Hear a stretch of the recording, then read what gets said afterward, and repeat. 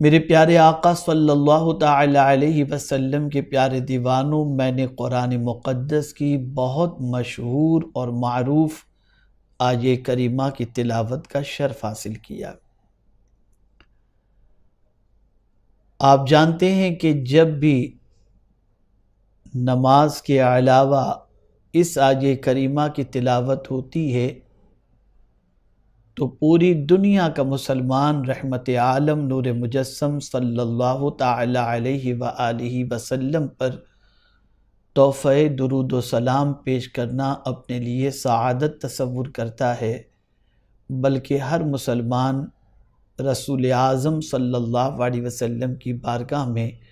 اس آیت کو سننے کے بعد درود و سلام کا نذرانہ پیش کرتا ہے۔ آئیے تھوڑا سا اس آیے کریمہ کی روشنی میں آج ہم درود و سلام کی عظمتوں کو سمجھنے کی کوشش کرتے ہیں، اس لیے کہ اس کی عظمتوں کو سمجھنے کے بعد جو ماہ مبارک آقا کریم رؤوف الرحیم علیہ التحیۃ والتسلیم کی میلاد پاک کا مہینہ ہے،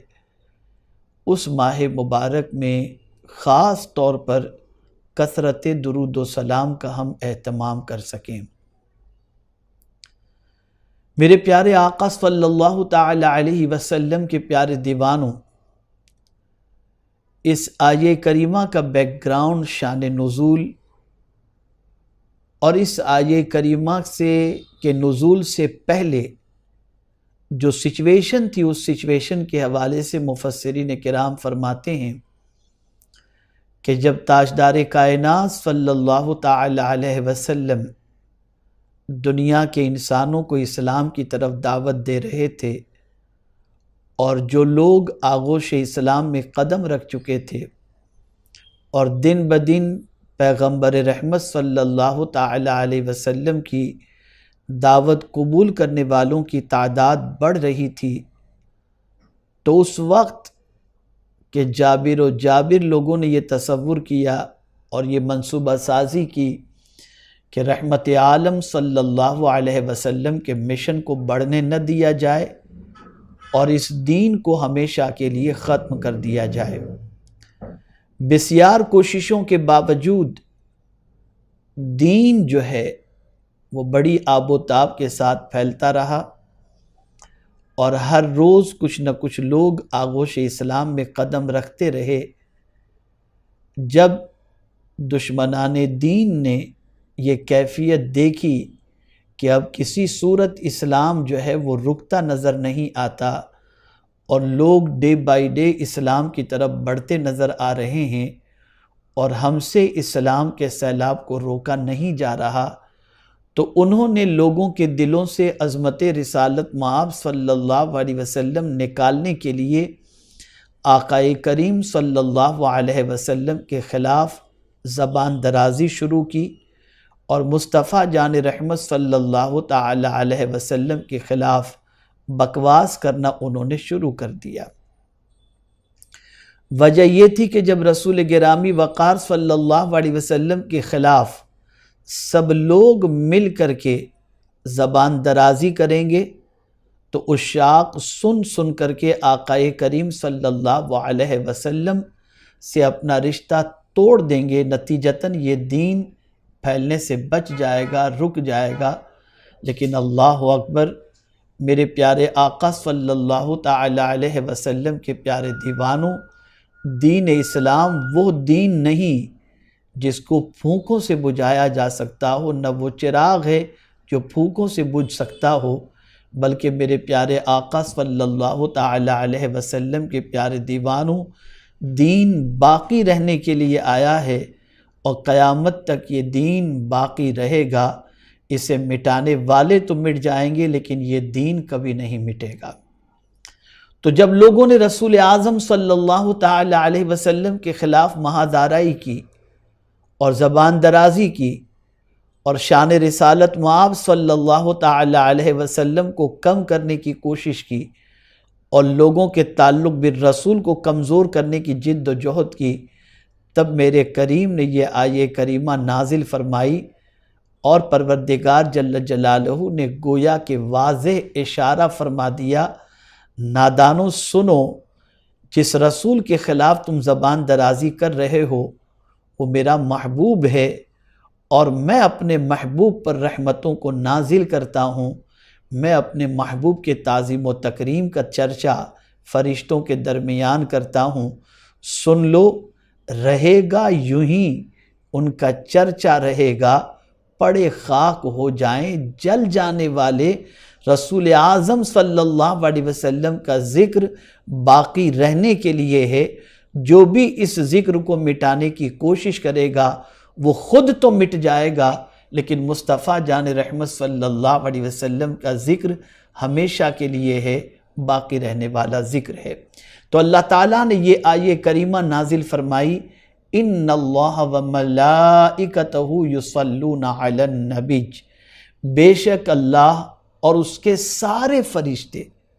جمع کی نسبت اضافت ہو کی طرف ہے، اور جب جمع کی اضافت کسی طرف ہو تو وہ عموم کا معنی پیدا کرتا ہے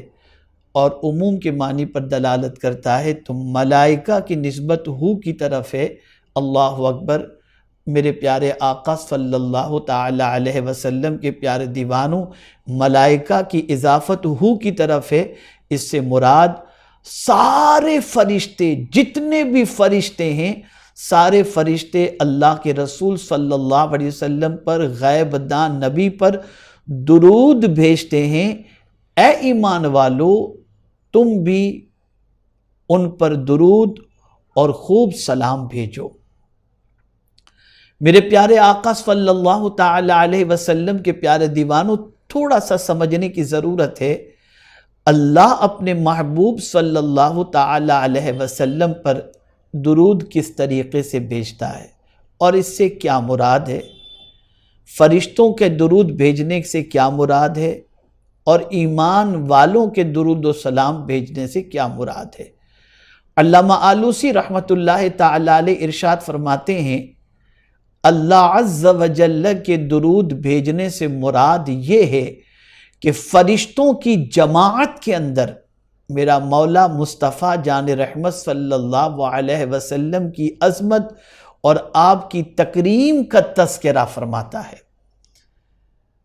پروردگار جل جلالہ رسول گرامی وقار صلی اللہ علیہ وسلم کے اوصاف حمیدہ کا تذکرہ فرماتا ہے۔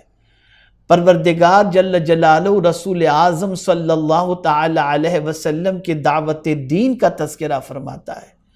پروردگار جل جلالہ رسول اعظم صلی اللہ تعالی علیہ وسلم پر رحمتوں کو نازل فرماتا ہے۔ اللہ اکبر، میرے پیارے آقا صلی اللہ تعالی علیہ وسلم کے پیارے دیوانوں،